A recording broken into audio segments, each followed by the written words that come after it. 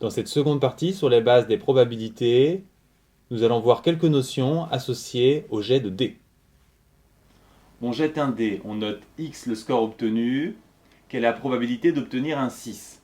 Alors on liste d'abord les résultats, ce qu'on appelle l'univers. On a autant de chances d'obtenir chacun de ces résultats, si le dé est parfaitement équilibré. Donc la probabilité d'obtenir 6 est 1 sur 6. Quelle est la probabilité d'obtenir un 5? Bien de même, c'est 1 sur 6, et pour 2, pas de changement.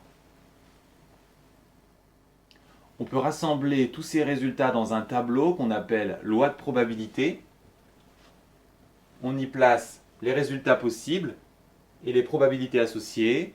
Il est intéressant de noter que la somme des probabilités fait 1, ce qui se note ainsi. Le symbole sigma signifie que l'on somme, et on somme quoi? Les probabilités. Ce résultat, la somme des probabilités fait 1, est essentiel à retenir car il est valable pour toutes les expériences de probabilité. Il est très pratique quand il vous manque dans un tableau une probabilité. Vous allez facilement la reconstruire en faisant 1 moins la probabilité des autres. On peut s'en servir aussi ici pour trouver la probabilité de ne pas faire 6. Faire 6, c'est 1 sixième, donc ne pas faire 6 qui se note ainsi, ça sera 1 moins 1 sixième. Notez que ne pas faire 6 est l'événement contraire de faire 6. On a ainsi reconstruit, dans ce cas, la relation entre un événement et son événement contraire. On peut se demander quelle est la probabilité d'avoir un score supérieur à 3. On peut obtenir 3, 4, 5 ou 6.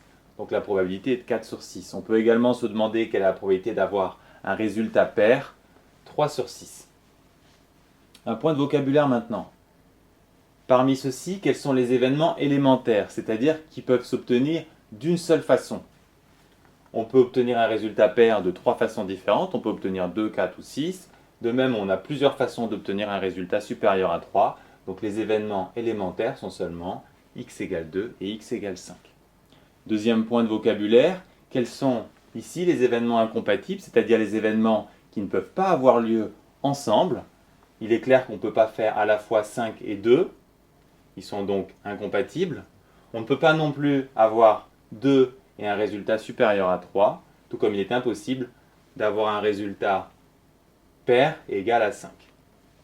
Par contre, x supérieur à 3 et x pair peuvent s'obtenir ensemble, par exemple x égale 4, x égale 6.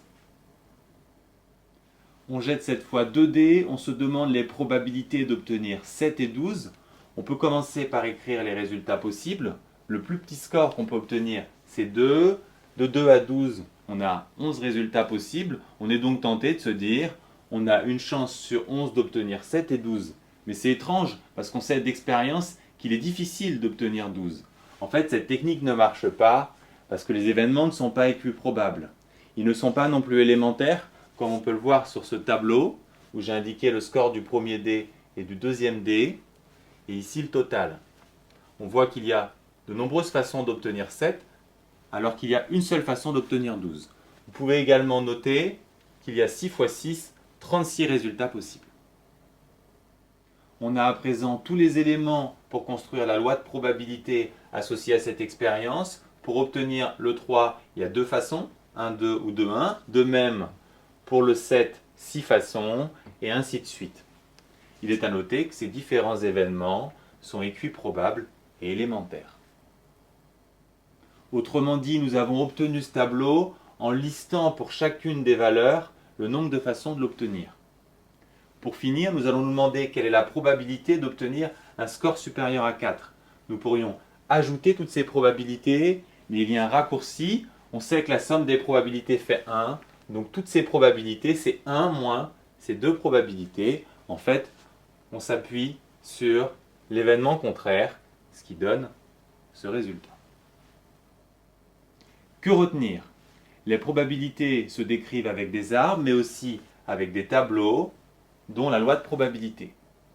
Les probabilités sont toujours comprises entre 0 et 1, et pour une expérience donnée, la somme des probabilités fait toujours 1. Quand vous calculez une probabilité par dénombrement, il faut toujours vérifier que les événements sont équiprobables, c'est-à-dire qu'ils ont même probabilité. Ils sont en général aussi élémentaires. Enfin, nous avons défini des événements dits incompatibles.